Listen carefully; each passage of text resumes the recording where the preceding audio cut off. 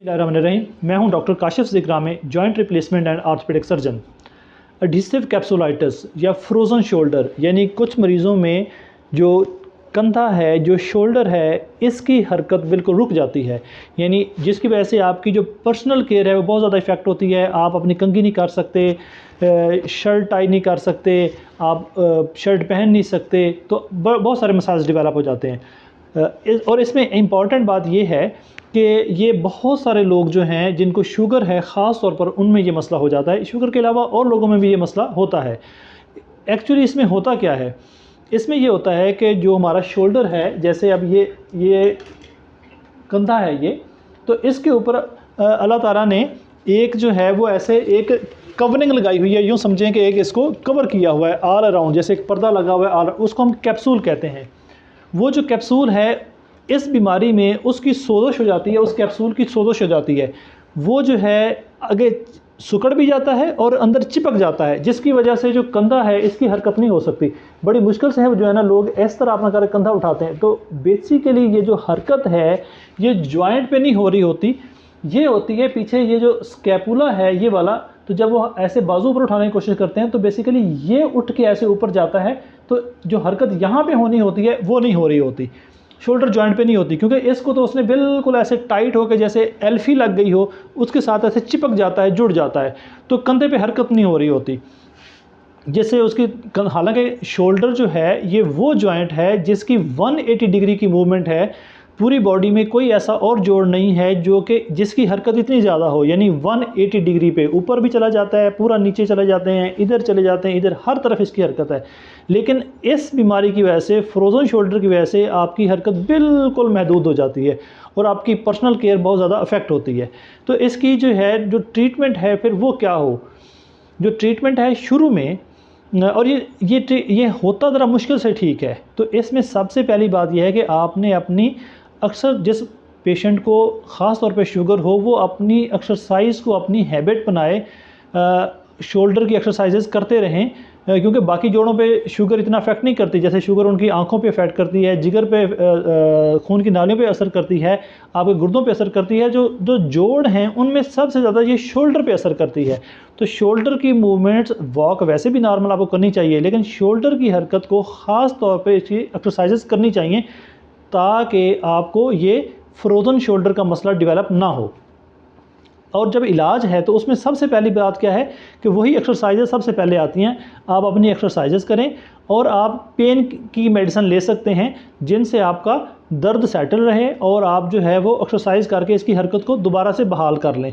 क्योंकि जितना वो कैप्सूल और छोटा होता जाएगा, सिकुड़ता जाएगा, चिपकता जाएगा, उतनी हरकत और कम होती जाएगी शुरू।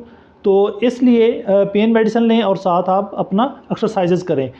डॉक्टर के पास आएंगे तो वो आपको मुख्तलिफ़ किस्म की जो मेडिसिन हैं हम लोग, वो आपको सोजश को कम करने के लिए, आपके दर्द को कम करने के लिए और जो है आपकी हरकत को बेहतर करने के लिए हम जो है आपको मेडिसिन देते हैं और साथ आपको वर्जिश देते हैं और फिज़ियोथेरेपी आपको बताते हैं, जो आपके फिज़ियोथेरेपिस्ट के हेल्प के साथ आप कर सकते हैं।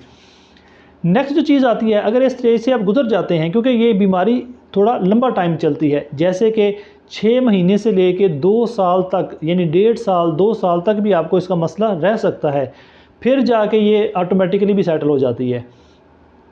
तो इसलिए ज़रूरी है कि इसको जितना जल्दी इसका इलाज करेंगे उतनी जल्दी ये मसला आपका हल होगा। अगर आपका मसला दवाइयों से और एक्सरसाइज से हल नहीं हो रहा तो फिर आपको इंजेक्शन भी लगाना पड़ता है, यानी जो हम इस कैप्सूल के अंदर, यानी जोड़ के अंदर करके हम वो टीका लगाते हैं, जिससे जो ये जो पर्दा है, ये जो ऊपर झिल्ली है जोड़ की, ये जो कैप्सूल है, इसकी सोजश ख़त्म होती है और दर्द कम होता है, और फिर आप वही एक्सरसाइज और फिज़ियोथेरेपी करके अपनी इसी हरकत को दोबारा बढ़ाते हैं।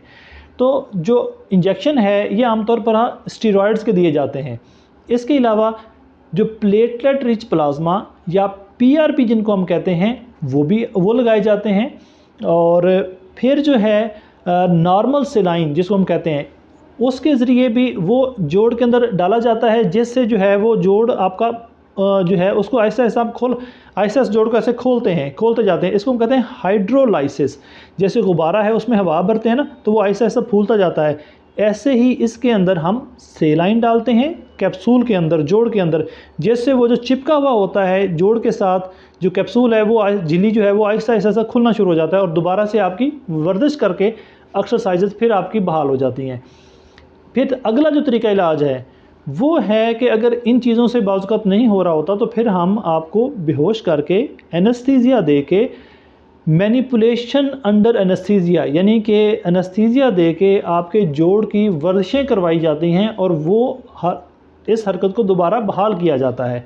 और लेकिन उसमें थोड़ा सा आपका नुकसान भी हो सकता है, यानी वो है कि जो कैप्सूल जो है जो चिपका हुआ है उसके साथ, जो इधर सारा चिपका हुआ है, अल्लाह मियां ने उसको हर तरफ लगाया हुआ है, बाज़ को जब आप उसको अंडर एनेस्थीसिया इसको मैनिपुलेट करते हैं तो वो किसी जगह से उखड़ भी सकता है, अपनी जगह से यहाँ से उखड़ जाएगा, यहाँ से उखड़ जाएगा।